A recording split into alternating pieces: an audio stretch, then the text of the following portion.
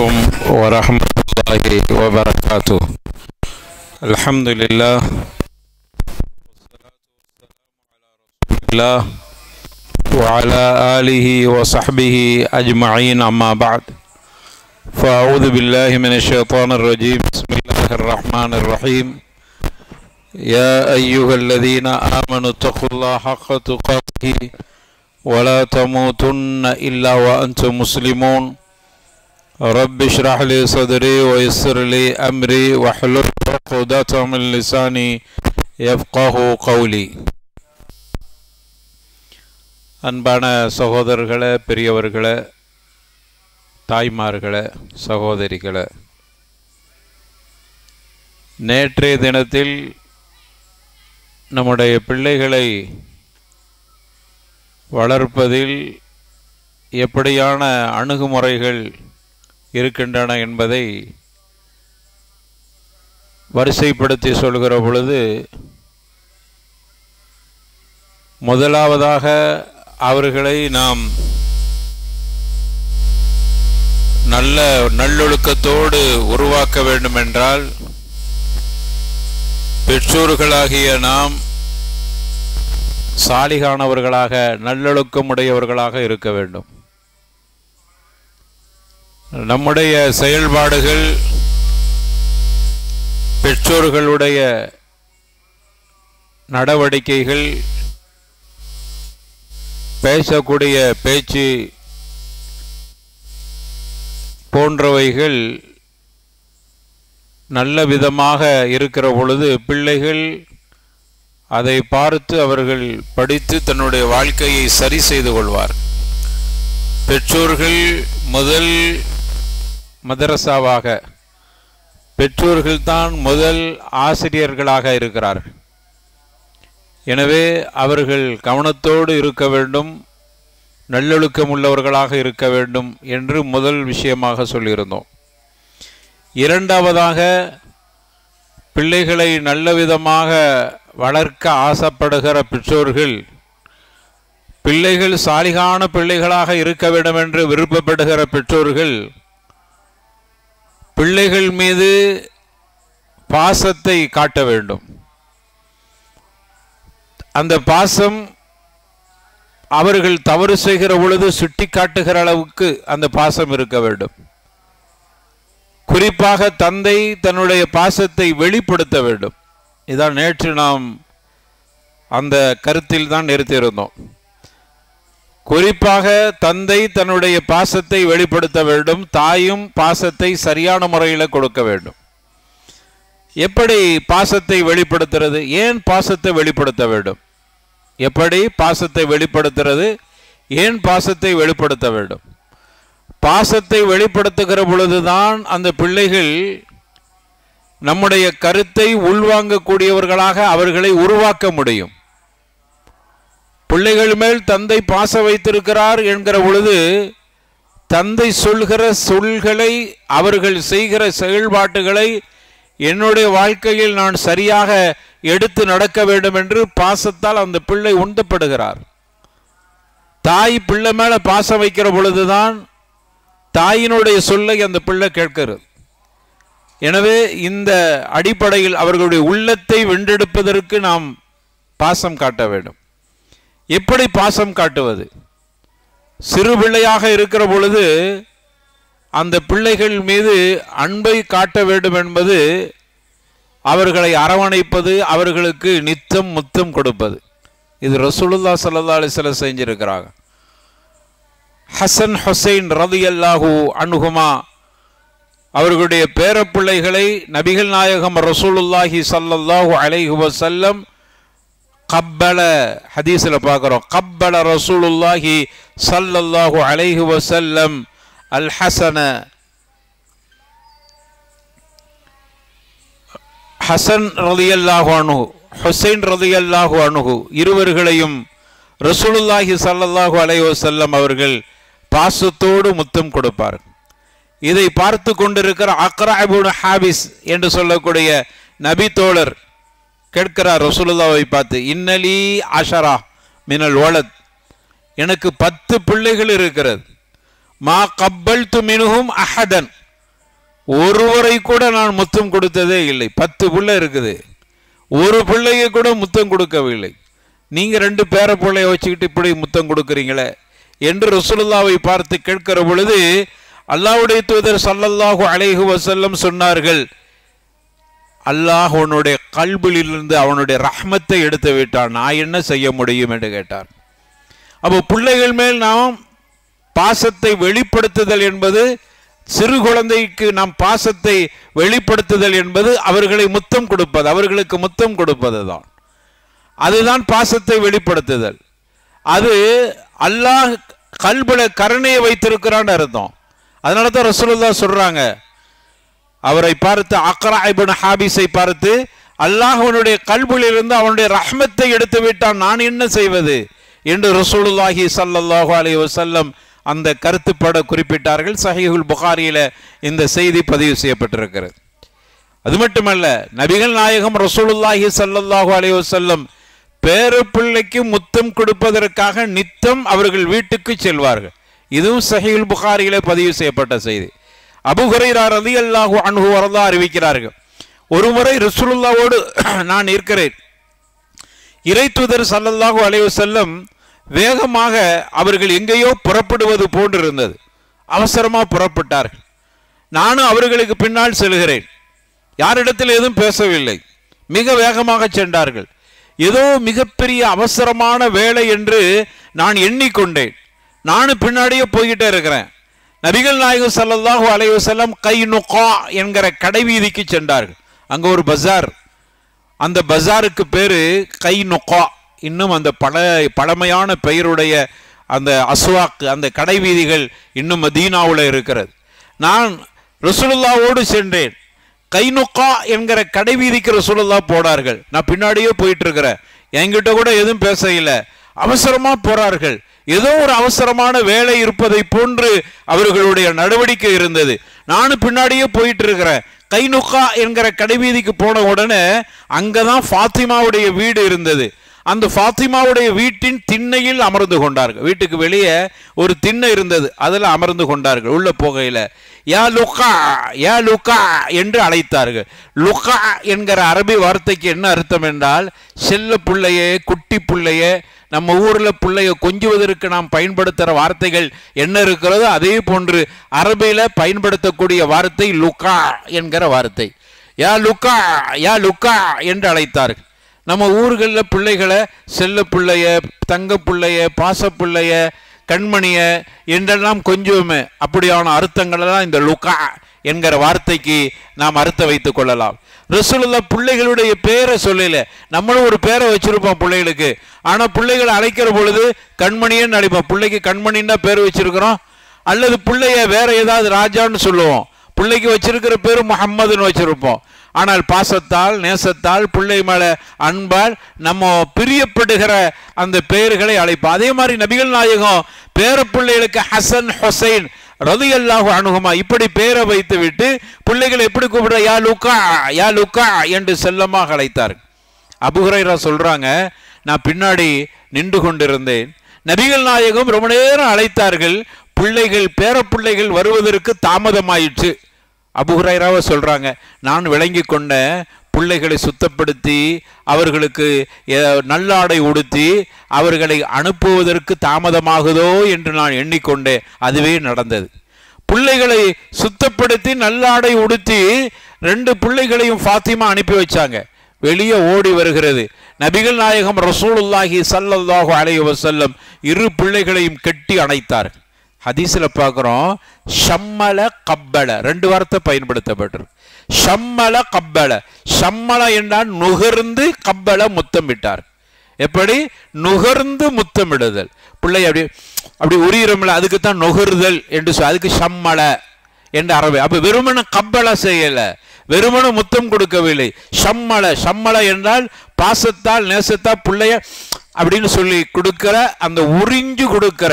எப்படியான ஒரு விஷயம் பாருங்க. அபூ ஹுரைரா இதை ஒன்று விடாமல் பதிவு செஞ்சிருக்கிறாங்க. இந்த நிகழ்வை பதிவு செய்யறது அபூ ஹுரைரா ரலியல்லாஹு அன்ஹு. அவங்க தான் அறிவிக்கிறாங்க. இமாம் புகாரி ரஹ்மத்துல்லாஹி அலைஹி பதிவு செஞ்சிருக்கிறாங்க. அப்போ அபூ ஹுரைரா அத்துணை ரசூலுல்லாஹ்வுடைய செயல்பாட்டை கூட, கப்பல என்கிறது ஒரு செயல்பாடு, ஷம்மல என்பது ஒரு உணர்வு ரீதியாக வர்றது. அதை கூட விடையில நபிகள் நாயகம் தன்னுடைய பேரப்பிள்ளைகள் மீது அன்பை வெளிப்படுத்துவது ஷம்மல கப்பல, நுகர்ந்து முத்தமிட்டார்.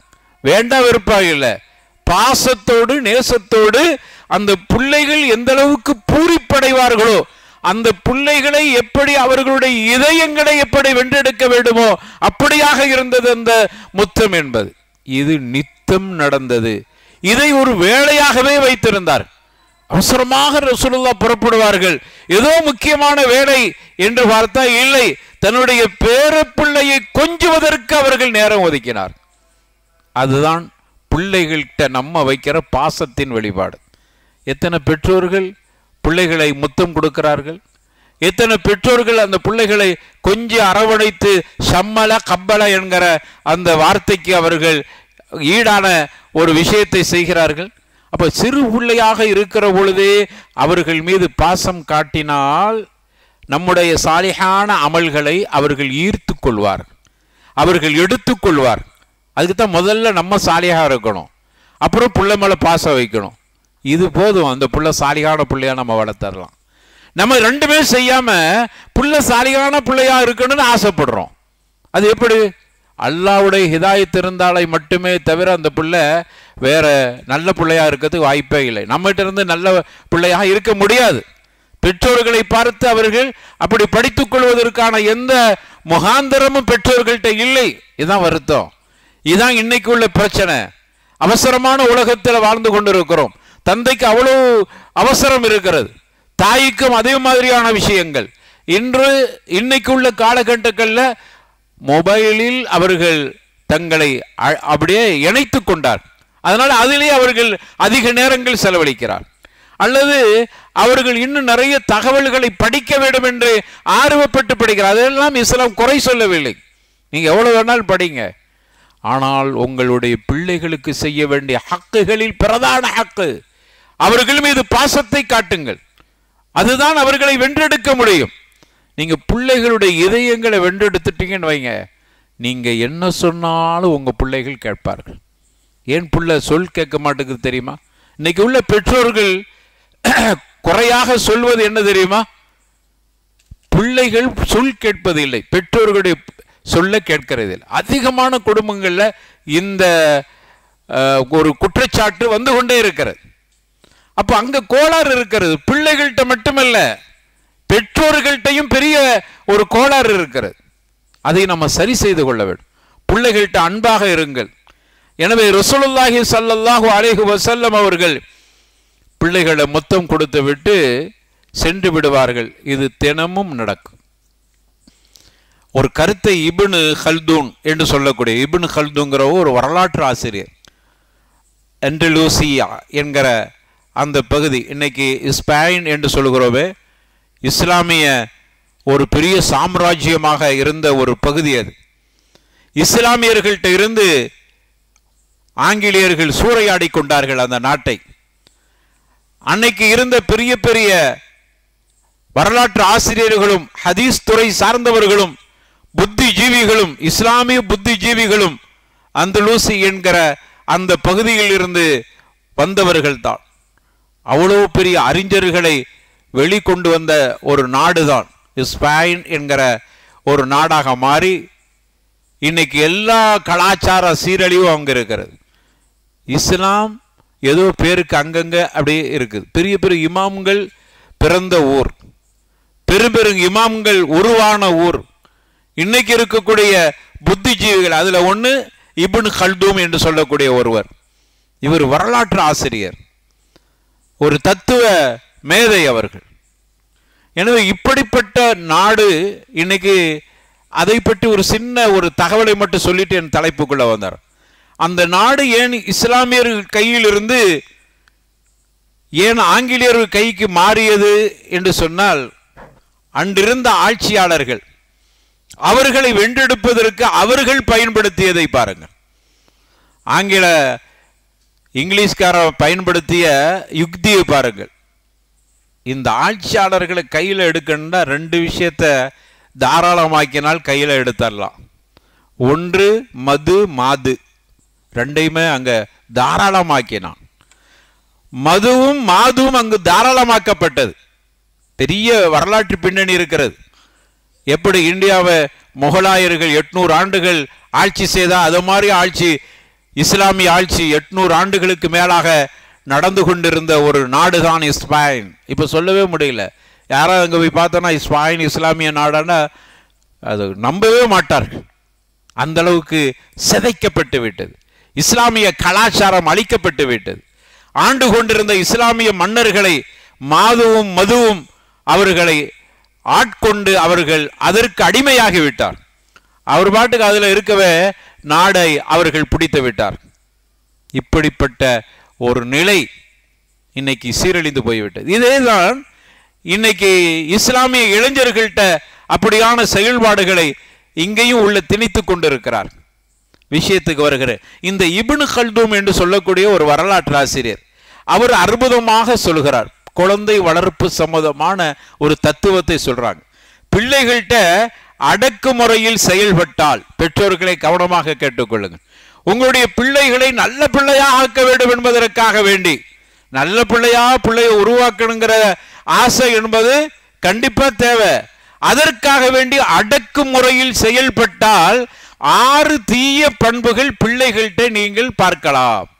அடக்குமுறையில் பிள்ளைகளை நல்லவர்களாக ஆக்க வேண்டும் என்று ஆசைப்பட்டால் 6 தீய பண்புகளை பிள்ளைகள்கிட்ட பார்க்கலாம். இப்னு கல்தூம் பதிவு செய்கிறாங்க.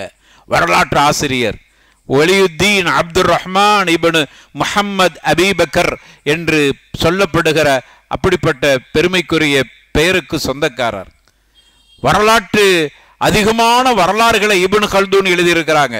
அவர்கள் தத்துவமாக சொல்கிறார்கள். அதாவது அனுபவ ரீதியாக சொல்வதை போன்று அவர்கள் இந்த செய்தியை பதிவு செய்கிறாங்க. 6 தீய பண்புகளை பார்க்கலாம். அடக்குமுறையிலும் ஒடுக்குமுறையிலும் வளர்க்கிற பிள்ளைகள் அநீதிக்கு உள்ளாக்கப்படுவார். பிள்ளைகளை நீங்க அடக்குமுறையில கொண்டு வந்தா அவர்கள் அநீதி அழைக்கப்படுவார்.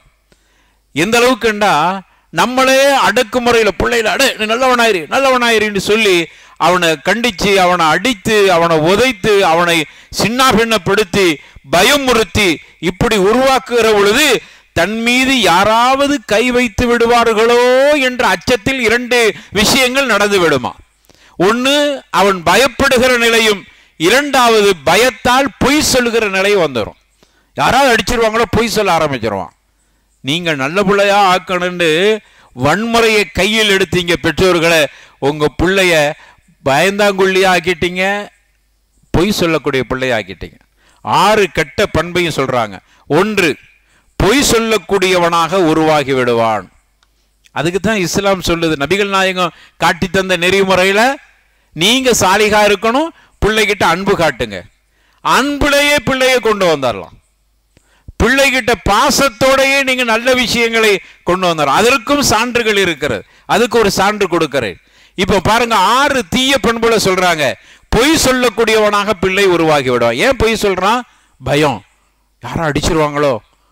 அதனால அடியிலிருந்து தப்பிக்கிறதுக்கு எதையாவது பொய்ய சொல்வோம், பொய் சொல்ல வந்துடுவான்.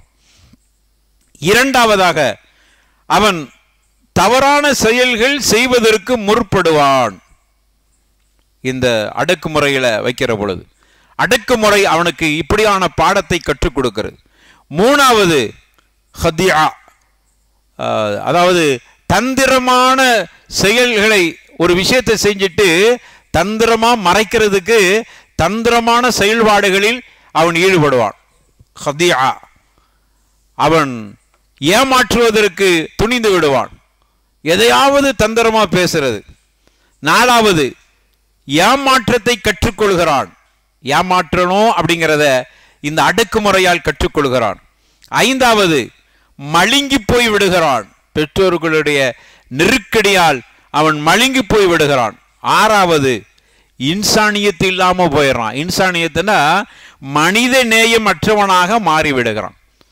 பிள்ளை அடக்குமுறையில் அடிச்சு அடிச்சு அடிச்சு அடிச்சு அப்படி செஞ்சுட்டா இப்படி செஞ்சுட்டா அடிச்சு அடிச்சு அடிச்சு அவனை மட்டப்படுத்தி பிறருக்கு முன்னாடி கேவலப்படுத்தி மோசமான பிள்ளையா இருக்கிறான். என் பிள்ளை இப்படி செய்யறான் அப்படி செய்யறான்னு சொல்லி எல்லாத்துக்கிட்டையும் போய் அவனை கேவலப்படுத்தி அவன் கடைசியில் எப்படி ஆகிறான்? இன்சானியத்தை இல்லாமல் ஆகி விடுகிறான்.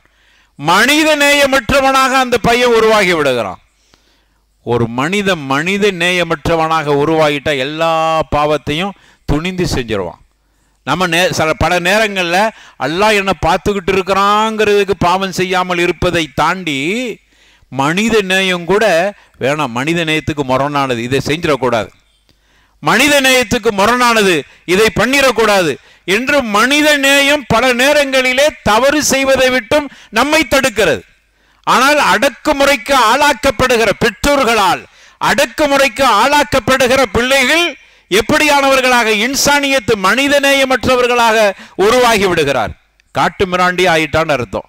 இதை இந்த 6 விஷயம் நடக்குது. இப்னு கல்தூன் தங்கள் குழந்தை வளர்ப்பு சம்பந்தமான விஷயங்களை பேசுகிற பொழுது இந்த தத்துவத்தை பதிவு செய்கிறான். செஞ்சுட்டு அடுத்து சொல்றாங்க, அப்படியானால் பிள்ளைகளை எப்படி கொண்டு வருது? மௌஇதா ஹஸனா, அல்லாஹ் சொல்லி தருகிறான். மௌஇதா ஹஸனா, அழகிய உபதேசம் பிள்ளைகளுக்கு நீங்கள் செய்யுங்கள். அதுதான் அடக்குமுறை அல்ல, அழகிய உபதேசம்.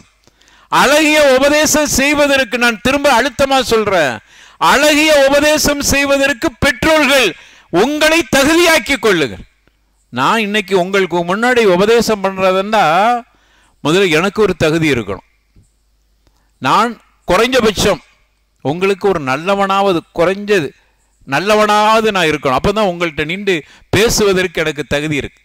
எல்லாம் காப்பாற்றுவான். எல்லா தவறையும் பகிரங்கமாக செஞ்சுக்கிட்டு இருக்கிறேன்னு வைங்க, நீங்கள் என்ன பேச விடுவீங்களா? உபதேசம் பண்ணுவதற்கு நான் தகுதி உடையவனா இருப்பானா? எல்லா தப்பையும் செய்கிறாரு இவர், என்ன நமக்கு பயான் பண்ணுறாரு? சொல்லுவோமா சொல்ல மாட்டோமா? அப்போ முதல்ல உன் பிள்ளைக்கு நீ உபதேசம் செய்வதற்கு முன்னால் பெற்றோர்களை நீ நல்லவனாயிரு அப்படிங்கிறாங்க. அதுக்கு அடுத்தது நீ நல்லவனாயிருந்து பிள்ளைய அடக்குமுறைக்கு கொண்டு வந்துடாத. நான் நல்லவனா இருக்கேன்ல, நீனும் நல்லவனா இருந்து அடக்குமுறைக்கு போயிடா. மௌஇதா ஹஸனா, அழகிய உபதேசம். கல்பை வென்றெடுத்துட்டா அழகிய உபதேசம் அவர்களுக்கு பெரிய பயனளிக்கும். நேற்று நம்ம சில உதாரணங்களை சொன்னோம். ரசூலுல்லாஹி ஸல்லல்லாஹு அலைஹி வஸல்லம் எப்படி ஒருவரை நல்ல வழிக்கு கொண்டு வருவதற்கு முதல்ல அவர்களுடைய உள்ளத்தை அல்லது அவர் ரசூலுல்லாஹ் சொல்வதை கேட்கிற மாதிரி அவரை தயார்படுத்தினாங்க. நம்ம பிள்ளை அப்படி தயார்படுத்த இல்லையே. நம்ம ஆரம்ப காலத்திலிருந்து அடக்குமுறையில தானே. நம்முடைய பிள்ளைகளை, ஒரு நல்ல பெற்றோருக்கு அர்த்தம் என்ன தெரியுமா? பிள்ளைகளை அடிக்காம அவர்களை சாலிகான பிள்ளையா கொண்டு வரணும்.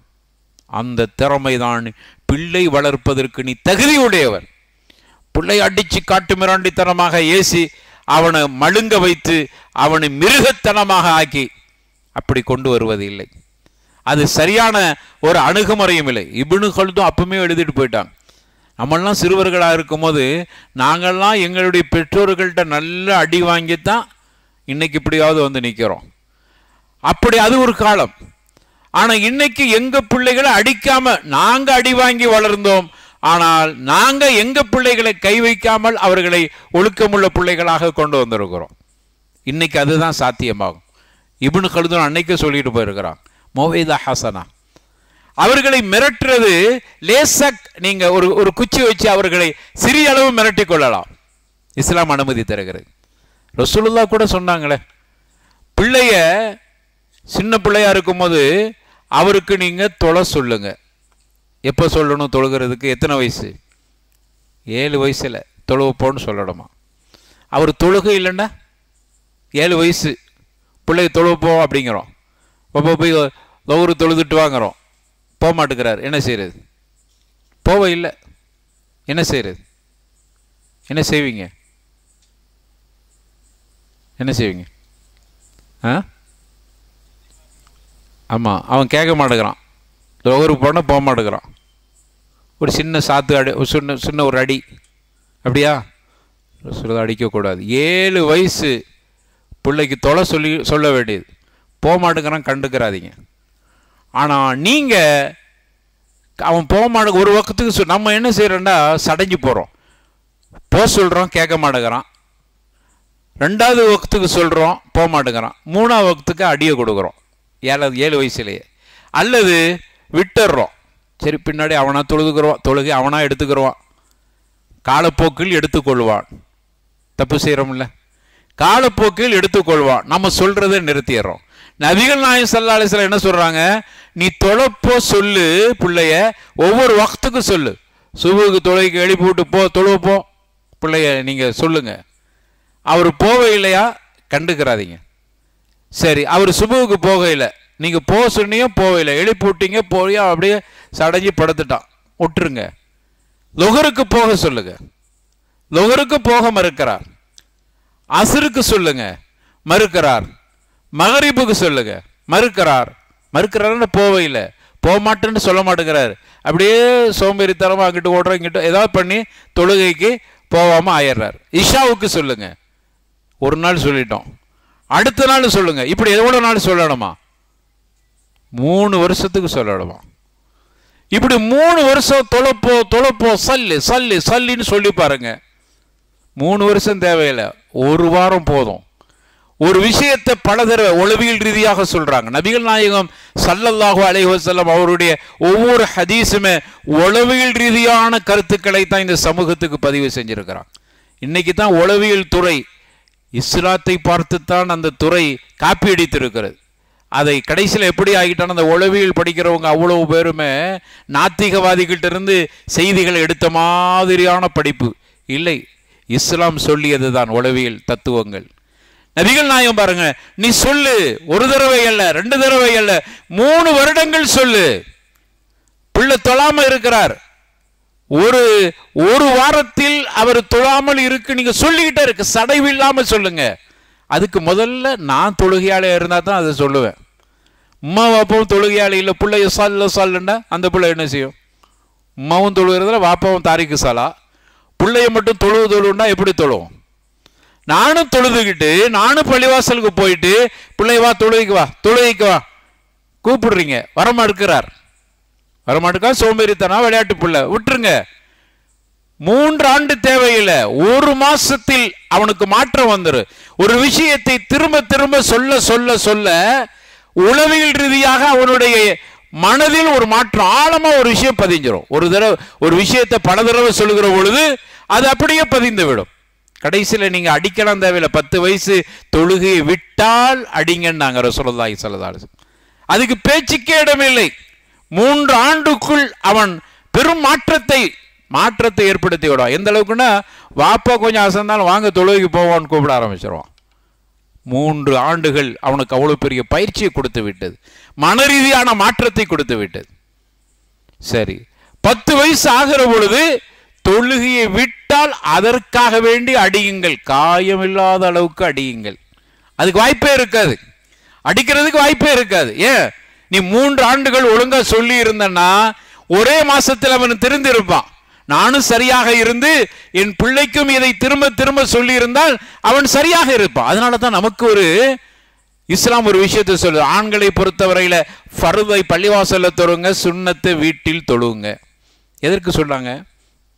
உங்க வீடை கபரா ஆக்கிறாதீங்க. வீட்டில் சுன்னத்து, ஆண்கள் வீட்டில் தான் சுன்னத்து தொழுவணும். காரணம், உங்களுடைய பிள்ளை, நம்ம சுன்னத்து தொழுவு பாருங்க, நம்முடைய பேத்தியோ சின்ன பிள்ளை மகனா இருந்தா நம்ம தொழும்போது அவனும் சுஜூது செய்வான், நம்மளை பார்த்து. சின்ன பிள்ளை பயிற்சி, மன ரீதியாக பயண பிள்ளைகளை பொறுத்தவரையில் சொல் மூலமாக பிள்ளைகள் செய்வது என்பதற்கு முன்னால் செயல்பாட்டை பார்த்து செய்தல். ஒரு விஷயத்தை நம்ம செஞ்சுக்கிட்டே இருந்தேன்னு வைங்க, புள்ள அதை பார்த்துக்கிட்டே இருக்குன்னு வைங்க, கடைசியில் புள்ள அதை செய்ய ஆரம்பிச்சிடும். இதுதான் உளவியல் தத்துவம். நபிகள்லாம் அதை தான் கற்றுக் கொடுக்குறாங்க. நீ வீட்டில் சுன்னத்தை தொழு. ஏன் பெண்கள் தான் வீட்டில் தொழுவாங்களே, அங்கே படிச்சுக்கிறவாங்களே அப்படி நீங்கள் நினைக்கலாம்.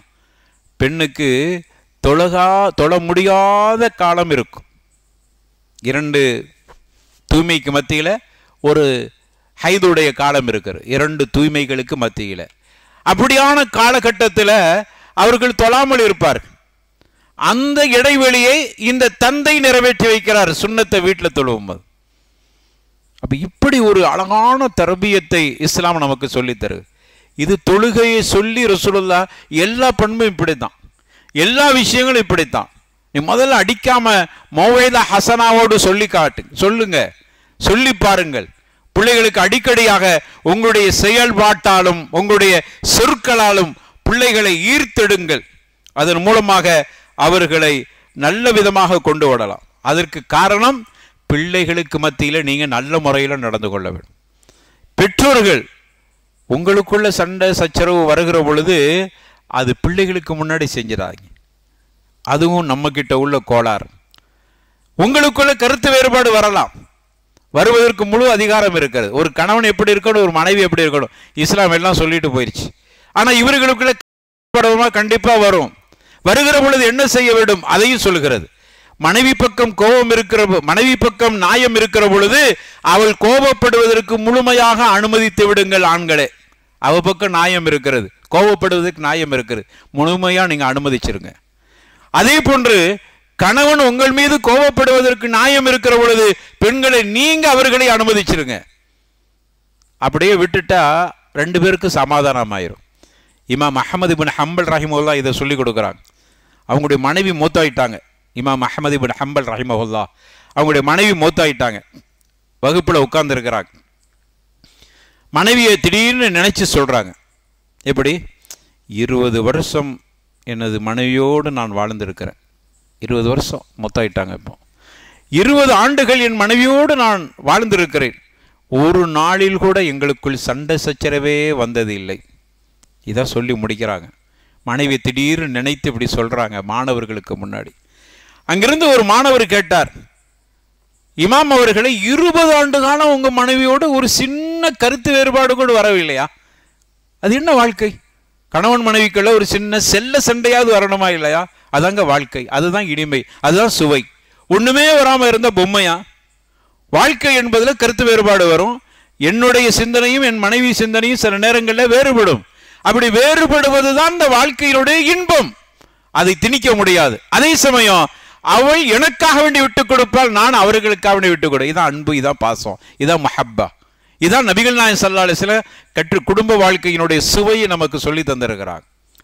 அப்போ இப்படி அந்த மாணவர் கேட்கிறார், அது எப்படி இமாம் அவர்களை 20 ஆண்டு காலம் உங்களுக்கும் உங்களுடைய மனைவிக்கும் பிரச்சனையே வந்தது இல்லையா? அது என்ன வாழ்க்கை அப்படிங்கிற மாதிரி கேட்கும் போது சொன்னாங்க, நான் சொல்வதை நீங்க தவறா புரிஞ்சிட்டீங்க. இமாம் விளக்கம் கொடுக்குறாங்க. எனக்கும் என் மனைவிக்கு மத்தியில் சின்ன சின்ன கருத்து வேறுபாடு வரத்தான் செஞ்சது. ஆனால் எப்படி தெரியுமா, நான் கோபமாக இருக்கிற பொழுது என் பக்கம் நியாயம் இருக்கிறது என்பதை என் மனைவி உணர்ந்து அவள் அமைதியாக இருப்பாள். இப்போ நான் கோபப்பட்டு பேசி அப்படி நானும் அமைதியாக இருக்கிறான். அடுத்து எனக்கு பேச முடியாது, நான் அமைதியாயிருவேன். பல நேரங்களிலே அவ பக்கம் நியாயம் இருக்கும், அவள் கோபப்படுவாள், நான் அமைதியாக பொறுமையாக போய்விடுவேன். ஏன் தெரியுமா? அவள் பக்கம் நியாயம் இருக்கிறது, பேசட்டும் அவள், நான் விட்டு விடுவேன். ஒரு கட்டத்தில் அவள் சோர்வடைந்து, என்னடா நம்ம கணவன்கிட்ட பேசுகிறோம், அவர் அமைதியா ஆமாம் சரிதான் தப்பு தான், நான் சரியாக தான் செஞ்சுருக்கணும் அப்படின்னு சொல்கிறாரு. அதுக்கப்புறம் அந்த பெண் ஏதாவது பேசுவாங்களா? எப்படி சூப்பர் மாப்பிள்ளை, நீ கொடுத்தாலும் கொடுக்காட்டாலும் உங்களை நேசிப்பார். அதனால தான் நபிகள் நாயகத்துடைய வாழ்க்கையை பாருங்க. நிறைய பேர் நினைக்கிறான் மனைவியை நம்ம மனைவி நம்ம மேல பாசம் வைக்கணும்னா நிறைய அள்ளி கொடுக்கணும். நகை கடைக்கு கூட்டிட்டு போய் நகையா வாங்கி கொடுத்தா பாசமா இருப்பான்னு நினைக்கிறோம். இல்லை, அப்படி மட்டும் பாசமா இருக்குன்னா நபிகள் நாயகத்தை அவருடைய மனைவிமார்கள் நேசித்திருக்க மாட்டாங்க. கணவன் என்கிற அடிப்படையில், ரசூலுங்கிற அளவுக்கு தாண்டி கணவன் என்கிற அடிப்படையில். ஏனென்றால் 3 நாள் தொடர்ந்து அடுப்பெறிந்தது இல்லை நபிகள் நாயகத்தினுடைய குடும்பத்தில். சாப்பாட்டுக்கு அங்க வழி இல்லை. ஆனால் ரசூலுல்லாவை கணவன் என்கிற அடிப்படையில் நேசித்தார்கள். அல்லாஹ்வுடைய தூதர்ங்கிறது தாண்டி கணவன் என்கிற அடிப்படையில் நேசித்தார்கள். ஏன் தெரியுமா? ஆயிஷாவே, நீங்கள் கோபமாக இருக்கிற நேரத்தையும் நான் புரிந்து கொள்வேன். ரசூலுல்லாஹ் சொன்னாங்களா இல்லையா? மனைவிக்கும் கோபப்படுகிற அந்த அதிகாரம் இருக்கிறது என்று சொன்னார். ஆண்கள் கோச்சிக்கிறாதீங்க, என்னடா இதெல்லாம் போட்டு உடைக்கிறாருன்னு. பெண்களுக்கும் கோபப்படுகிற உரிமை இருக்கிறது, ரசூலுல்லாஹ் கொடுத்திருக்கிறார். ரசூலுல்லாவோட நம்ம வந்துட்டோமா? ஆயிஷா நாய்கிட்ட சொல்றாங்க, ஆயிஷாவை நீங்கள் கோபப்படுகிற சந்தர்ப்பத்தை நான் புரிந்து கொள்வேன். புரிந்து கொண்டு என்ன செய்வாங்க? ரசூலுல்லாஹ் அமைதியா போயிடுவாங்க. அவங்க கோபப்படுறதுக்கு நியாயம் இருக்கிறது, ரசூலுல்லாஹ் விட்டு கொடுக்குறாங்க. ஆயிஷா கேட்குறாங்க, எப்படி கண்டுபிடிச்சிங்க கேட்குறாங்க. அல்லாஹ்வுடைய தூதர் ஸல்லல்லாஹு அலைஹி வஸல்லம் சொன்னாங்க, நீங்க கோபமா இருக்கும்போது என்ன தெரியுமா சொல்லுவீங்க? இப்ராஹிமுடைய இறைவன் யாரோ அவன் மீது சத்தியமாக என்று சொல்லுவீங்க. நான் புரிந்து கொள்வேன், அம்மையார் கொஞ்சம் கோபமா இருக்கிறாங்கன்னு புரிந்து கொள்வேன். அதுக்கு தகுந்த மாதிரி நான் நடந்துக்கிறேன். ரசூலுல்லாஹ் மீது கோபமா இருந்தால் அது ஈமானை பாதிக்காதாண்டா? ரசூல் என்கிறதை தாண்டி கணவன் என்கிற அடிப்படையில் ஒரு பெண்ணுக்கு கணவன் மீது கோபம் ஏற்படுவது என்பது சகஜம். அதை விட்டு கொடுத்துட்டா பெரிய பிரச்சனை இல்லை, அதான் வாழ்க்கை ரசிக்கும். விட்டு கொடுக்காட்டா அங்க பிரச்சனை தான். நானா நீனா என்று பார்த்தாள். என்ன ஒரு பொம்பளைக்கு அவ்வளவு கோபமா அப்படின்னு ஆரம்பிச்சான்னா முடிஞ்சது வாழ்க்கை. நபிகள் நாயகம் அதுக்கு தாராளமாக்குறார். சொல்லி காட்டி இன்னைக்கு புகாரியில பதிவு செய்யப்பட்ட செய்தி. எனது மனைவி ஆயிஷா கோபமாக இருக்கிற பொழுது உணர்ந்து கொள்வேன், இப்ராஹிம் அலைஹிஸ்ஸலாத்து வஸ்ஸலாம் அவர்களுடைய இறைவன் மீது சத்தியம் என்று சொல்வார். ஆனா என் மேல பாசமா இருக்கும் எப்படி தெரியுமா சத்தியம் விடுவாங்க? சத்தியேற்ற மாதிரி இருந்தா முஹம்மதின் உயிர் யார் கைவசம் இருக்கிறதோ அந்த இறைவன் மீது சத்தியமாக. அப்போ அம்மையார் கூலா இருக்கிறாங்கன்னு அர்த்தம். ரசூலுல்லாஹ் இதை சொல்லி பதிவு செய்யப்பட்டிருக்கு. நமக்கு பாடம், அவர்கள் பக்க நியாயம். இப்போ நம்மெல்லாம் மனைவி கிட்ட எப்படி தப்பு செய்வோம் அப்படின்னா, இப்போ மட்டும்லாம் சொல்லுவாங்க, நீங்கள் அப்படி போகும்போது வெளியில் போகும்போது வரும்போது கொஞ்சம் கறி வாங்கிட்டு வாங்க அப்படின்னு அனுப்புவாங்க. நம்ம கறியை வெளியே போவோம், அப்படியே போயிட்டு கறியை வாங்கிட்டு வந்து கொடுக்கணும்னு நினைக்கும் போது அங்கே யாராவது வந்துடுவாங்க, பேசிகிட்டு இருப்போம். அப்புறம் இன்னொருத்தர் மசாயில் கேட்பார், இன்னொருத்தர் வேறு ஏதாவது ஊர் பிரச்சனையை சொல்லுவார். இதில் மறந்து போயிடும், கறி வாங்கிறது மறந்து போயிடும். அப்புறம் சாப்பிட்றதுக்கு கரெக்டாக போயிடும். அப்போ அவங்க கோவப்படுவாங்களா இல்லையா? என்னங்க கறியை வாங்கிட்டு வாங்கன்னு சொன்னால் நீங்கள் சும்மா வந்திருக்கையா, எப்படி உங்களுக்கு தர்ற, இன்றைக்கி சோறும் இல்லை ஒன்றும் இல்லை. இப்போ இந்த இடத்தில் அவர்கள் பக்கம் நியாயம் இருக்கிறது. சரி, ஆமாம் சரிதான், தப்பு தான், எனக்கு மறந்து போச்சு, ஊரில் அவனை பார்த்தா இவனை பார்த்தா பேசணுமா மறந்து போயிட்டு, பல வேலைகளில் போகிறோம்ல மறந்து போயிடுது. இப்படி நீங்கள் சொல்லி பாருங்கள், சகஜமாகிடுவாங்க. அதை விட்டுட்டு நான் ஆம்பளை வெளியில் போவேன், நான் யார் சாதாரணமான ஆளா, ஊரில் அப்படி அங்கே இங்கே இந்த பொறுப்பு அந்த பொறுப்பு, எவ்வளோ பெரிய பொறுப்பில் இருக்கிற நீ, வெளியில் வேண்டுமானால் கல்லூரி முதல்வராக இருக்கலாம், நாட்டினுடைய தலைவராக இருக்கலாம், அல்லது ஜமாத்துக்கு தலைவராக இருக்கலாம், பிரமுகராக இருக்கலாம். அது வெளியில் உன் வீட்டுக்கு வந்த உன் மனைவிக்கு கணவன், மறந்துடாத. இதைத்தான் இஸ்லாம் சொல்லுது. நபிகள் நாயகம் வெளியில அரபு ஜசீரத்துல் அரபு என்கிற அரபு தீபகற்பத்தினுடைய மிகப்பெரிய ஆட்சியாளர், ஒரு ஆளுமை மிக்கவர், ரசூலுல்லாஹ் அல்லாஹ்வோடு தொடர்புடையவங்க, நேரடியான தொடர்புடையவங்க. வீட்டுக்கு வந்தா தன்னுடைய மனைவிக்கு கணவனாக இருந்தாள். இந்த அடிப்படை, இதுதான், இந்த நடவடிக்கை தான் நம்முடைய பிள்ளைகளுக்கு பாதிப்பு ஏற்படுத்தப்படுகிறது. பிள்ளைகள் அதனால் தான் பாதிக்கிறாங்க. நீங்க வேண்டுமானால் பாருங்க, கெட்டுப்போன பிள்ளைகள் அப்படின்னு அவர்களுடைய லிஸ்ட்டை எடுத்து பாருங்க. நல்ல குடும்பத்து பெற்றோர்கள் நல்ல குடும்பத்தில் உள்ளவங்களா இருப்பாங்க, நல்ல குடும்பம், வாப்பா பார்த்தானா ஆலிம்சா குடும்பம், அவளை பார்த்தா ஹாஜார் குடும்பம், இவங்கள பார்த்தா இப்படி பள்ளிவாசலோட, ஆனால் அவரோட பேரப்புள்ள மோசமாக இருப்பார். இதுக்கு குடும்பத்தினுடைய பின்னணி அல்ல, பெற்றோர்களாகிய கணவன் மனைவிக்கு மத்தியில் உள்ளான அந்த புரிதலில் ஏற்பட்ட கோளாறு. அவன் கெட்டு குட்டிச்சவராயிட்டான். அதை தாண்டி வேற நட்பு, வேற வேற பழக்கங்கள், அதெல்லாம் அடுத்த கட்டம். முதல் கட்டம் இங்கிருந்து ஆரம்பிக்கிறது. அந்த தவறு ஒரு சாதாரணமான விஷயம் இல்லை. குடும்ப வாழ்க்கை இபாதத், குடும்ப வாழ்க்கை என்பது இபாதத். நபிகள் நாயகம் ரசூலுல்லாஹி ஸல்லல்லாஹு அலைஹி வஸல்லம் நமக்கு காட்டி தந்த ஒரு அற்புதமான இபாதத். ஒரு முறை பாருங்க, ஆயிஷாவுடைய வீட்டில் ரசூலுல்லாஹ் இருக்கிறாங்க. அது ஆயிஷாவுடைய நாளிலே இருக்கிறாங்க. ஆயிஷாவுடைய வீட்டில் ஆயிஷாவுக்குன்னு ஒரு நாள் கொடுத்துருப்பாங்க, அந்த நாளிலே இருக்கிறாங்க. ஏக காலத்தில் 9 மனைவி இருந்தாங்க. ஏக காலத்தில் அப்படியான நேரத்தில் எல்லா மனைவிட்டையும் நல்ல பேர் வாங்கினாங்க. அதுதாங்க பெரிய ஆச்சரியமா இருக்கு. ஒரு மனைவி கிட்ட வாங்குறதுக்கு பெரிய பாடா இருக்கிறது, 9 மனைவி கிட்ட நல்ல பேர் வாங்கினாங்க. எப்படி சொன்னாங்க? எங்களுடைய கணவர் அக்ரமுன்னாஸ் அப்படின்னாங்க. எல்லா மனைவியும் எங்களுடைய கணவன் மிக சிறந்த நல்ல மனிதர், கண்ணியத்திற்குரிய மனிதர், இப்படி சொல்ல முடிகிறது. ஆயிஷாவுடைய வீட்டில் இருக்கிறாங்க. அப்போ ஜைனப் ரலியல்லாஹு அன்ஹா தன்னுடைய வீட்டில் ஒரு இனிப்பு பலகாரம், சஹீஹுல் புகாரியில் பதிவு செய்யப்பட்ட செய்தி, இனிப்பு பலகாரம் செஞ்சிருக்காங்க. ரசூலுல்லாஹ் இனிப்பு கொஞ்சம் விரும்பி சாப்பிடுவாங்க அப்படி என்பதற்காக அனசு சின்ன புள்ள ரசூலுல்லாஹ் காதிமா இருக்கிறாங்க, அவளை கூப்பிட்டு இதை ரசூலுல்லாஹ்க்கு சாப்பிட கொண்டு போங்கன்னு கொடுக்குறாங்க. ஒரு தட்டில் வச்சு கொடுக்குறாங்க. கேள்விப்பட்ட செய்தியாக இருக்கும். கொண்டு போகிறாங்க. அங்கே ஆயிஷா ரலியல்லாஹு அன்ஹா அவங்க வீட்டில் இருக்கிறாங்க. ரசூலுல்லாஹ்ட்ட போய் யார சொல்லலாம், ஜைனப் ரலியல்லாஹு அன்ஹா தந்தாங்க, உம்மஹாத்துல் முஃமினீன் தந்தாங்க அப்படின்னு அந்த தட்டை நீட்டும் போது ஆயிஷா ஒரு 8 உதைச்சாங்க. அந்த தட்டு ஒரு இடத்தில் போய் 2 துண்டாக ஆகிவிட்டது. பலகாரம் அப்படி கீழே விழுந்துருச்சு. இப்போ நம்ம இருந்தால் என்ன, ரசூலுல்லாவுக்கு 3 வகையான நெருக்கடி. அனஸை சமாளிக்க வேண்டும். அனஸ் என்ன நினைப்பார்? என்னடா இது பொம்பளை அப்படின்னு நினைப்பாரா? அனஸுக்கு சமாதானம் பண்ண வேண்டி இருக்கிறது. பாசமாக பலகாரம் கொடுத்த ஜைனபை திருப்திப்படுத்த வேண்டி இருக்கிறது. ஆயிஷாவை கண்டிக்க வேண்டி இருக்கிறது. 3 விஷயம் ரசூலுல்லாஹ் செய்யணும். எப்படி செய்கிறாங்க பாருங்க. முதல்ல அந்த பலகாரம் விழுந்த உடனே அதை எடுத்து அப்படி தூசியை தட்டிட்டு அதை ரசூலுல்லாஹ் சாப்பிட்டு முடிச்சிட்டாங்க. இது யாரை திருப்திப்படுத்திட்டாங்க? ஜைனபுக்கு என்ன, ரசூலுல்லாஹ்க்கு நம்ம கொடுக்குறோம், அவங்க சாப்பிடணும்.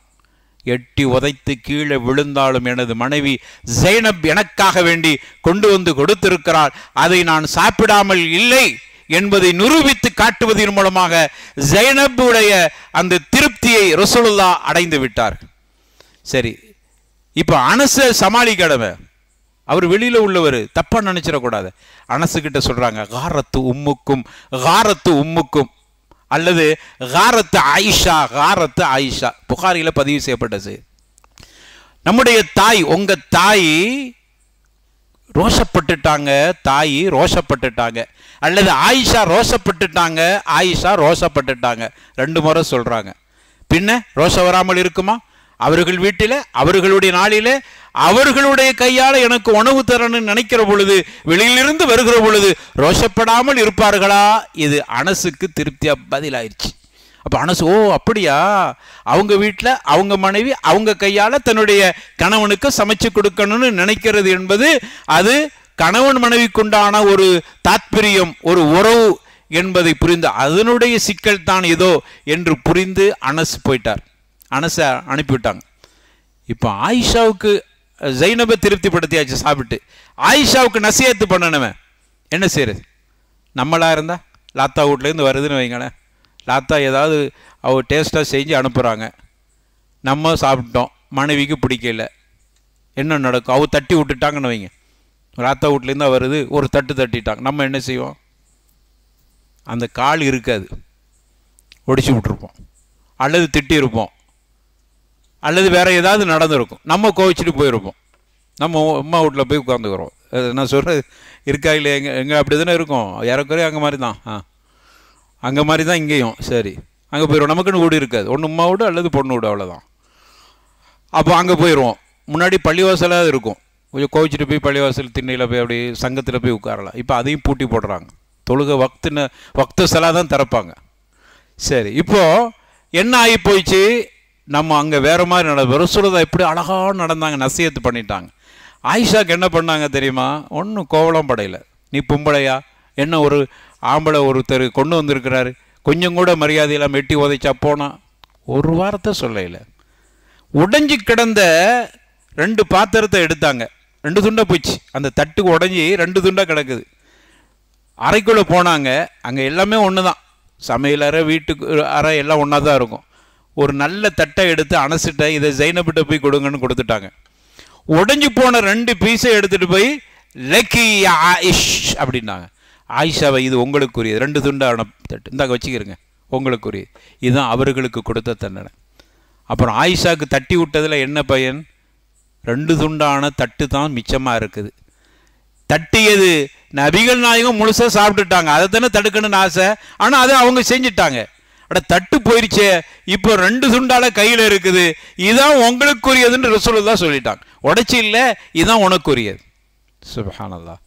எவ்வளோ அழகான முறையில், பிரச்சனை இல்லை, சிக்கல் இல்லை, அங்கே சண்டை இல்லை, சச்சரவு இல்லை, கோவிச்சுட்டு போவையில், அல்லாஹ்வுடைய தூதர் அழகாக தீர்த்து வச்சுட்டாங்க.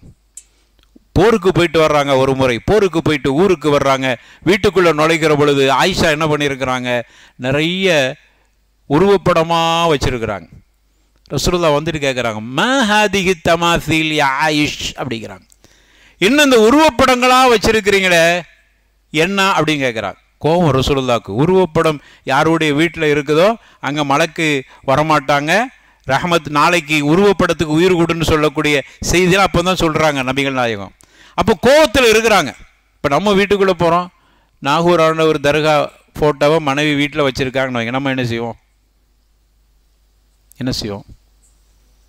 எடுத்து இப்படி வீசி என்னடா கேட்குற, நான் இதைத்தானே தப்புங்கிறேன், வீட்டுக்குள்ளே கொண்டு வச்சிருக்கிறேன், ஏன் வீட்டுக்குள்ளேயே இருக்குது? கர்பலாவே நடந்து போவாங்க. ஆனா இங்க பாருங்க, நபிகள் நாயகம் அந்த தமாசில பார்க்கறாங்க, உருவப்படங்களை பார்த்துட்டு ஆயிஷாவுடைய கல்பு நோகக்கூடாது என்பதில் கவனமா இருந்தாங்க. அதே சமயம் ஆயிஷா அப்படி விட்டுறக்கூடாது, நசீஹத் பண்ண வேண்டி இருக்கிறது. என்ன செய்யறாங்க? கூப்பிடுறாங்க, மாஹாதிகு தமாசிலு ஆயிஷ் அப்படிங்கிறாங்க. ஆயிஷாவை ரசூலுல்லாஹ் செல்லமா அழைக்க போய் ஆயிஷ் என்று சுருக்கி சொல்லுவாங்க. இது அரபுகள்கிட்ட உள்ள பழமை. ஜைனபை ஜுனைப் என்று சொல்ல, ஜைனபுடு பேர் வச்சிருந்தா ஜுனைப் அப்படிம்பாங்க. ஜுனைபுடு அர்த்தம் என்ன தெரியுமா? குட்டி செல்ல ஆயிஷாவே அப்படின்னு அர்த்தம். ஆயிஷ் ஜைனபு ஜுனைப்னா குட்டி ஜைனபு, மனைவி செல்லமா சொல்றதுக்கு அந்த பேரைய தஸ்கீரும்பாங்க, இலக்கணத்தில் சொல்லி கொடுப்பாங்க. தஸ்கீர் பண்ணி சொல்லுதல். ஆயிஷான்னு உங்க மனைவிக்கு பேர் இருந்தா நீங்க செல்லமா அழைக்கும் போது ஆயிஷன்னு அழைங்க, அது கொச்சை இல்லை, செல்ல ஆயிஷாவேன்னு அர்த்தம். ஜைனம் இருக்கிறது ஜுனைப் என்று அழைங்க. ரசூலுல்லாஹ் அப்படி அழைச்சிக்கிறா. ரசூலுல்லாஹ் ஸல்லல்லாஹு அலைஹி வஸல்லம் கோபத்தில் கூட இப்படி சொல்ற, ஆயிஷ் அப்படிங்கிறாங்க, குட்டி ஆயிஷாவே, செல்ல ஆயிஷாவே. இது என்ன தமாசில் வச்சிருக்கிறீங்க? சொல்லிட்டு அடுத்து சொல்றாங்க பாருங்க, யாருடைய வீட்டிலே உருவப்படங்கள் இருக்குதோ ரஹ்மத்துடைய மலக்குகள் நுழைய மாட்டார். சொன்னது எப்படி தெரியுமா? படர்க்கையா சொல்ற, காய்பா சொல்றாங்க. படர்க்கையா எப்படி சொல்லி இருக்கணும்? ஆயிஷாவே, உருவப்படத்தை வச்சிருந்தா உங்க வீட்டுக்குள்ள மலக்கு வரமா, இப்படி தானே சொல்லி இருக்கணும். இல்லை, அப்படி கூட சொல்லி ஆயிஷாவின் கல்பை அவர்கள் செதைக்க விரும்பவில்லை, அவர்கள் துண்டாட விரும்பவில்லை. அதனால என்ன பண்ணாங்க? இதை இப்படி சொல்றாங்க, படர்க்கையா சொல்றாங்க. யாருடைய வீட்டில்? ஆயிஷா உணர்ந்து கொண்டாங்க. அவ்வளோதான், ஒன்றுமே செய்யலை. டக்குன்னு எல்லா அந்த உருவப்படங்களை அகற்றி விட்டார். எப்படி நசீஹத்து பாருங்க. இதுதான் கணவன் மனைவி. இந்த உரையாடலை நம்ம பிள்ளைகள் பார்க்கிற பொழுது தர்த்தீபாக வளருவார். இப்போ பிரச்சனை அதுதான். எனவே அருமையானவர்களே, இந்த அடிப்படைகளை நாம் மீறுகிற பொழுதுதான் நம்முடைய பிள்ளைகள் தவறான வழிக்கு சென்று விடுகிறார். அது மட்டும் இல்லை, பிள்ளைகளுக்கு நாம் பாசம் கொடுக்கிறோம் என்கிற பேரால் இதில் பெரும்பகுதி தாய்மார்கள் தான் இதில் தப்பு செய்கிறாங்க. பிள்ளைகள் மேலே அளவு கடந்த பாசம் என்ன ஆகி போகுதுன்னா, தப்பு செய்கிற பொழுது கண்டுக்கிறது இல்லை. அது மிகப்பெரிய குற்றம். நபிகள் நாயகம் ஹசன் ஹுசைனும் அப்படி ஷம்மல கப்பலன்னு சொன்னோம், நல்ல நுகர்ந்து முத்தம் கொடுத்தார்கள். தப்பு செய்கிற பொழுது சின்ன புள்ள ஒரு பேரித்தம்பழத்தை வாயில் போட்டுட்டாங்க, பைத்துல் மாலுடைய பேரித்தம்பழத்தை. ரசூலுல்லாஹ் என்ன செஞ்சாங்க? சின்ன புள்ள திண்டா போதாது. நம்ம பெற்றோர் அப்படித்தான் நினைக்கிறாங்க. புள்ள சாப்பிட்டா போதாது, எதையா சாப்பிட்டா அவன் சாப்பிடணும், அவ்வளோதான். அவன் எப்படி சாப்பிட்றான்? வலது கையால சாப்பிட்றானா, இடது கையால சாப்பிட்றானா, தொட்டுட்டு சாப்பிட்றானா, தொடாமல் சாப்பிட்றான், அதை பற்றிலாம் கவலை இல்லை. நமக்கு தேவை புள்ள சாப்பிடணும், அவ்வளோதான். நபிகள் நாயகம் பாருங்க, பேரிச்சம்பழத்தை அவர் வாயில் விட்டா பக் பக் அல்லது கஹ் கஹ், துப்பு துப்பு துப்புங்கிறாங்க. சாப்பிடாது, துப்பு துப்பு. நபிகள் நாயகம் ரசூலுல்லாஹி ஸல்லல்லாஹு அலைஹி வஸல்லம் அப்படி துப்பு துப்புன்னு சொல்கிறாங்க. புள்ள கேட்கல, சின்ன பிள்ளைகள் தானே, ஒரு விஷயத்தை செய்யாத நினைச்சுவார், குடுன்னு ஓடுறாரு.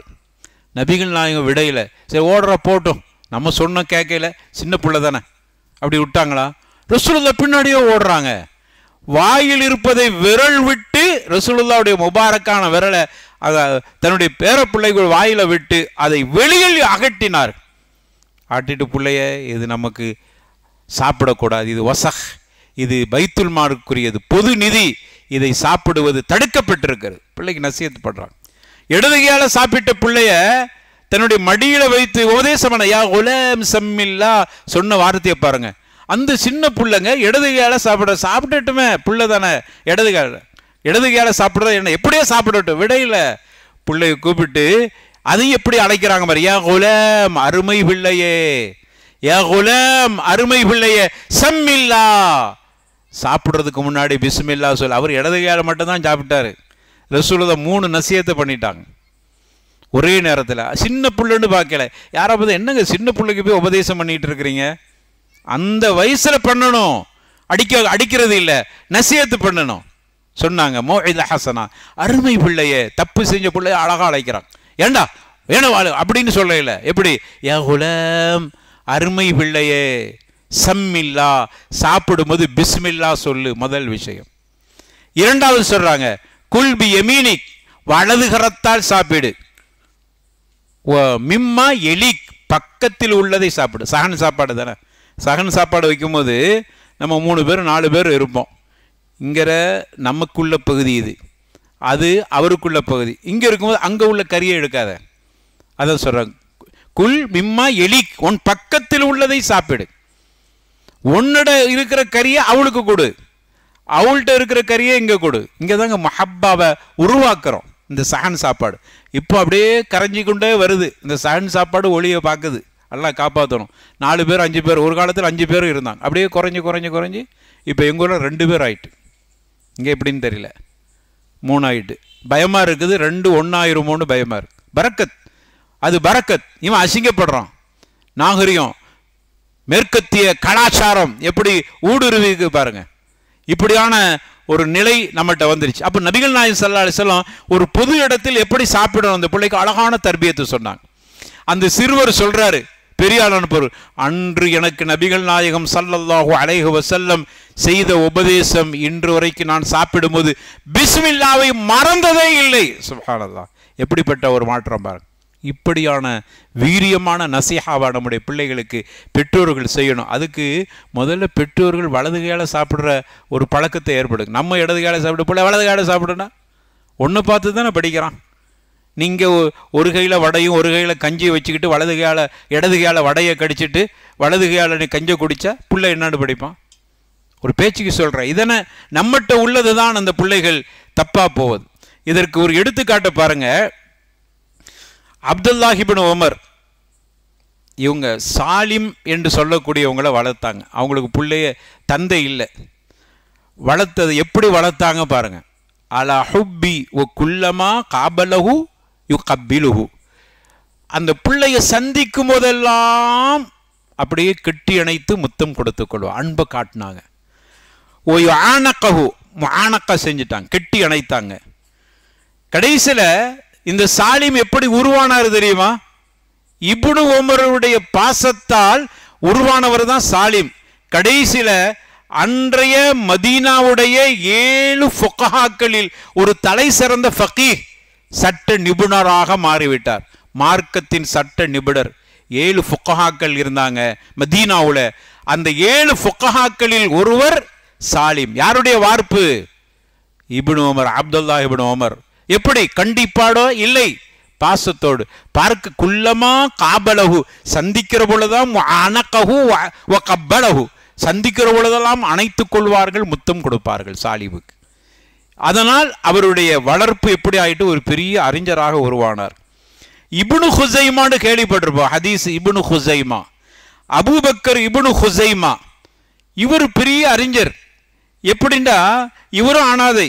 அபு அலி அல் ஹுசைனி நைசாபூரி என்கிற ஒரு அறிஞர்கிட்ட வளர்ந்தார். அந்த அறிஞர் அவ்வளவு பாசமாக அவரை வளர்த்தாங்க. இவங்க தான் ஹாக்கிமுடைய ஒஸ்தாதும் கூட. அழகான முறையில் வளர்த்தார்கள். அவருடைய வளர்ப்பு, பாசத்தை கொடுத்து வளர்த்த அதனுடைய வளர்ப்பு, ஒது செய்கிற பொழுது தன்னை வளர்த்தவர மாதிரியே ஒதுச்சு வர. எல்லாரும் பார்த்துட்டு இப்னு ஹுசைமா உடைய ஒது அவருடைய அபு அலி ஹுசைனுடைய ஒதுமா, அவருடைய ஷேக், அவர் வளர்த்தவர்.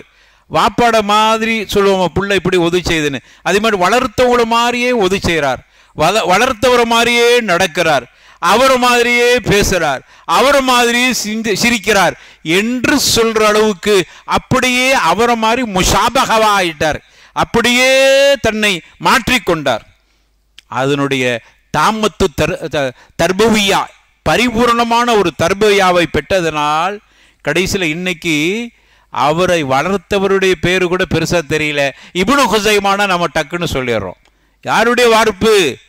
அவருடைய அபு அலி அல் ஹுசைன் நைசாபூரி என்கிற அவருடைய வார்ப்பு. அவரும் பெரிய அறிஞர். அவர்களுடைய அனைத்து அம்சங்களையும் பின்பற்றி நடந்து பெரிய இப்னு ஹுசைமா என்கிற ஒரு முஹத்திஸாக இருந்தார். சரி, இப்போ இந்த அடிப்படையில் பிள்ளைகளை நாம் வளர்க்கிற பொழுது இந்த பண்பாடும் நமக்கு இருக்கணும்.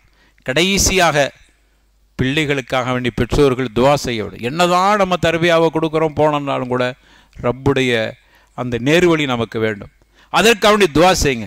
ஜக்கரியா அலைஹிஸ்ஸலாம் துவா செஞ்சாங்க. எப்படி கேட்குறாங்க? புள்ள, அல்லாஹ் எனக்கு ஒரு பிள்ளையத்தான்னு கேட்கல, பிள்ளையே இல்லை, மனைவிக்கு புள்ள பெறக்கூடிய சூழலே இல்லை, ஹைது நின்று போச்சு, இனிமேல் பிள்ளையே பெற முடியாது அப்படிங்கிற ஒரு நிலை. ஆனால் ஜக்கரியா அலைஹிஸ்ஸலாத்துக்கு ஒரு எண்ணம் இருந்தது. அல்லாஹ் கண்டிப்பா பிள்ளைய தருவான், அல்லாஹ்ல தர்றான், ரப்புல தர்றான், அவனுக்கு எல்லா சக்தியும் இருக்குது அப்படிங்கிறத தெளிவா புரிஞ்சிருந்தாங்க. ஆனாலும் கூட ஏதோ புள்ள கிடைச்சா போதுன்னு கேட்கல. எப்படி துவா கேட்கிறாங்க? ரப்பி ஹேபிலி மின் லதுன்க துர்ரியத்தன் தையிபான்னு கேட்டாங்க. அல்லாவே எனக்கு சாலிகான பிள்ளையத்தான் கேட்டாங்க. ஏதாவது துர்ரியாவத்தான் கேட்கல, துர்ரியா தையிபான்னாங்க, நல்ல பிள்ளையத்தான் துவா செஞ்சாங்க. இப்ராஹிம் அலைஹிஸ்ஸலாத்து வஸ்ஸலாம் அதே மாதிரி கேட்டாங்க, ரப்பி ஹபிலி மினஸ் சாலிஹீன், சாலிஹான பிள்ளையத்தா. அதே போன்று எல்லா நபிமார்களும் தனக்கு பிள்ளை வேண்டாம் சாலிகான பிள்ளையத்தான்னு துவா செஞ்சாங்க. அதனால பெற்றோர்கள் பிள்ளைகளுக்காக வேண்டி துவா செய்ய வேண்டும். இவைகளெல்லாம் செய்கிற பொழுது பிள்ளை சாலிகான பிள்ளையாக்கலாம். ஒரு விஷயத்தை மட்டும் சொல்லி முடிவுக்கு வர்ற, இன்னைக்கு நம்முடைய பிள்ளைகள் மீது குறி வைக்கப்படுகிறார்கள். எப்படியான குறி வைக்கப்படுகிறார்கள் தெரியுமா? அவருடைய கலாச்சாரத்தின் மீது குறிவைக்கப்படுகிறார்கள், அவர்களுடைய நடவடிக்கையின் மீது குறிவைக்கப்படுகிறார்கள், அவர்களுடைய பண்பாட்டின் மீது குறிவைக்கப்படுகிறார்கள். அவர்களை சீரழிப்பதற்கும் சிதைப்பதற்கும் பெரிய சதிகள் நடந்து கொண்டிருக்கிறது. அப்படியானால் நம்முடைய பிள்ளைகள் கெட்ட பிள்ளைகளாக, கஞ்சாவுக்கு அடிமையான பிள்ளைகளாக, மார்க்கத்துக்கு முரணான பிள்ளைகளாக, இஸ்லாமிய கலாச்சாரத்தை சீரழிக்கிற பிள்ளைகளாக, குர்ஆனுக்கும் அவர்களுக்கும் சம்பந்தம் இல்லாத பிள்ளைகளாக, வேறு ஏதோ ஒரு கலாச்சாரத்தை பின்பற்றக்கூடிய பிள்ளைகளாக முடிவெட்டுவதிலும் கூட யூத கிறிஸ்தவருடைய கலாச்சார கஸா என்கிற முறை வந்து விட்டது. கீழே மட்டும் எடுத்துவிட்டு மேல முடிய வைக்கிறான். இது கஸா. ரசூலுல்லாஹ் காலத்திலே தடுத்துட்டாங்க. நஹா ரசூலுல்லாஹி ஸல்லல்லாஹு அலைஹி வஸல்லம் அனில் கஸா. ரசூலுல்லாஹி ஸல்லல்லாஹு அலைஹி வஸல்லம் கஸாயை தடுத்தார். பாருங்க, நீ நல்ல கூர்ந்து பாருங்க, நல்ல இங்க முடி இங்க எடுத்துறாங்க. அது அழகாவா இருக்குது, நல்ல எல்லா பக்கம் ஒரே மாதிரி இருக்கும், அழகா இருக்கு. ஆனா அழகா இல்லாட்டாலும் கூட இன்னைக்கு அது நாகரிகம் மட்டுமல்ல, அதுதான் எல்லா இளைஞர்கள்ட்டையும் பரவலா இருக்குது. அதை பார்க்கும் போது அசிங்கமா இருக்குது, ஆனா அவனுக்கு அழகா தெரியுது. கலாச்சாரம் எந்த அளவுக்கு ஊடுருவி இருக்குது பாருங்கள். இது யூதர்களுடைய கலாச்சாரம். நபிகள் நாயகம் அன்றே தடுத்தார்கள். அது எப்படி இன்னைக்கு வந்து நாகரிகமாக வந்து விட்டது. நம்முடைய பிள்ளைகளை முடிவெட்டு அனுப்புகிற பொழுது அவர்கள் அதே மாதிரி வெட்டிட்டு வர்றான். அப்ப இப்படி குறிவைக்கப்படுகிறார்கள். அதிலிருந்து நம்ம பிள்ளைகளை பாதுகாக்கணுங்கிறது பெரிய சவால். பிள்ளைகளை பெற்றெடுத்து அவர்களுக்கு உணவு கொடுத்து ஆரோக்கியமாக ஊட்டச்சத்தோடு வளர்க்க வேண்டும் என்பது மட்டுமல்ல, சாலிகான பிள்ளைகளாக உம்மத்தே முஹம்மதியாவாக என்னுடைய பிள்ளை இருக்க வேண்டும். நீண்ட செய்திகள், இன்னும் சொல்ல வேண்டிய செய்திகள் ஏராளம் இருக்குது. பிள்ளைகளுடைய நட்பு எங்க இருக்குன்னு பார்க்கணும். அதெல்லாம் பெற்றோர்களுடைய கடமை. உங்களுடைய பிள்ளைகளை பற்றி நீங்கள் தெரிந்திருக்க வேண்டும். உங்களுடைய பிள்ளைகள் நண்பர்களை பற்றி தெரிந்திருக்க வேண்டும். ஆனால் பிள்ளைகள் விஷயத்தில் பெற்றோர்கள் நம்பிக்கை வைக்கிறாங்க. என் பிள்ளை நல்ல பிள்ளை தப்பே செய்ய மாட்டான். முதல்ல அதே தப்பு. பிள்ளை நல்ல பிள்ளை தப்பே செய்ய மாட்டான். மறந்துடாதீங்க, வீட்டு கதவை அடைத்து சுவர்களோடு இருக்கிற அறைக்குள் கூட கதவுகளுக்கு பின்னாடியும் சுவர்களுக்கு பின்னாடியும் தோழர்களும் தோழிகளும் நம்முடைய பிள்ளைகளுக்கு அமைந்து விடுகிறார். நீங்க நினைக்கிறீங்க கதவை அடைச்சிட்டு புள்ள மாடியில சிறப்பா பாதுகாப்பா இருக்கான்னு நினைக்கிறீங்க. கதவுக்கு உள்ளேயும் சுவருக்கு உள்ளேயும் அங்கு தோழர்கள், புதிய நண்பர்கள் நம்முடைய பெண் பிள்ளைகளுக்கு கிடைத்து விடுகிறார்கள். அப்படியான ஒரு ஜமான்ல வாழ்ந்து வருகிறோம். அப்படியானால் அந்த பிள்ளைகள் விஷயத்தில் கூடுதல் கவனம் எடுத்துக்கொள்ள வேண்டும். பிள்ளைகளை வளர்க்கிற பொழுது அவர்கள் சாலியான பிள்ளையாக வளர்வதற்கு முதல்ல பெற்றோர்களாகிய நாம் சாலியாக இருப்போம். எனவே அருமையானவர்களே, இந்த தலைப்பை இன்றையோடு முடிக்க வேண்டியிருக்கிற காரணத்தால் இன்னும் சில செய்திகள் சொல்ல முடியாமல் போய்விடுகிறது. எனவே இந்த தகவல்கள் போதுமானது என்று நினைக்கிறேன். நம்முடைய பிள்ளைகள் விஷயத்தில் கூடுதல் கவனம் எடுங்க. பெற்றோர்கள் அடிக்கடி துவா செய்யுங்க. பிள்ளைகளுக்கு எல்லாம் அந்த வேலை கிடைக்கட்டும், அந்த படிப்பில் நல்லா இருக்கட்டும் அப்படிங்கிறத கேட்குறத விட என் பிள்ளை சாலிகான பிள்ளையாக இருக்கட்டும். துர்ரியா தையிபா, இப்ராஹிம் அலைஹிஸ்ஸலாம் ஜக்கரியா அலைஹிஸ்ஸலாம் கேட்ட மாதிரி துர்ரியா தையிபா, துர்ரியத்தன் தையிபா, ரப்பனா ஹபிலனா மின் அஸ்வாஜினா வ துர்ரியாத்தினா குர்ரத்த ஐனி வஜஅல்னா லில் முத்தகீன இமாமா. என் பிள்ளைகள் முத்தகீன்களுக்கு தலைவர்களாக இருக்க வேண்டும் அப்படிங்கிற ஒரு துவா கற்றுத்தரப்படுகிறதே. அந்த துவாக்களை அடிக்கடி செய்து பிள்ளைகளுடைய மறுமை வாழ்க்கைக்காக நம்ம செய்து நம்முடைய பிள்ளைகளெல்லாம் உம்மத்தே முஹம்மதியாவாக ஆக்கணும். உம்மத்தை ஷைத்தானியாவாக ஆகி கொண்டிருக்கிறார்கள். உம்மத்திய முஹம்மதியா ஆக்கணும். என்ன நன்மை தெரியுமா? நபிகள் நாயகம் அதிகமான உம்மத்து இருப்பதை பார்த்து மகிழ்ச்சி அடைகிறார். ரசூலுல்லாஹ் சொன்னாங்க, தனக்கஹுவத்த வால்லதுவத்த காசரு இன்னி பிக்குமுல் உமம யோமல் கியாமத்தி ஒலவு பிசக்குத்துண்டாங்க. நீங்கள் கல்யாணம் முடிங்க, பிள்ளைகளை நிறைய பெறுங்க சொல்லிட்டு நாளைக்கு என்னுடைய உம்மத்து அதிகமாக இருப்பதை பார்த்து நான் மகிழ்ச்சி அடைகிறேன். அப்படின்னா அந்த புள்ள உம்மத்தே முஹம்மதியாவாக இருக்கணும். நான் புள்ள நிறைய பெற்றிருக்கேன்னா, என் பிள்ளைய சாலிகாக வளர்த்துட்டேன்னா, நபிகள் நாயகம் உம்மத்து அதிகமாக இருப்பது நபிகள் நாயகம் சந்தோஷப்படுறாங்க. நான் பெற்ற பிள்ளையால் ரசூலுல்லாவுக்கு மகிழ்ச்சி ஏற்படுகிறது என் மூலமாக என்றால் எவ்வளோ பெருமை. அந்த பெருமைக்குரிய பெற்றோர்களாக அல்லாஹ் நாம் அனைவர்களையும் ஆக்க வேண்டும் என்று அல்லாஹ்விடத்தில் துஆ செய்து கொள்வோம். இந்த உரையை முடித்துக் கொள்கிறேன். வாஹிர் தஅவானா அல்ஹம்துலில்லாஹி ரப்பில் ஆலமீன். வஸ்ஸலாமு அலைக்கும் வரஹ்மத்துல்லாஹி வபரகாத். நீ கொஞ்சம் நேரம் கூட எடுத்துக்கிட்டேன், ஏன்னா இன்றைக்கி இந்த தலைப்பை முடிக்கணுங்கிறதுக்காக பொறுத்துக்கொள்ளுங்கள். சுப்ஹானக்கல்லாஹும்ம பிஹம்திக அஷ்ஹது அல்லா இலாஹா இல்லா அன்த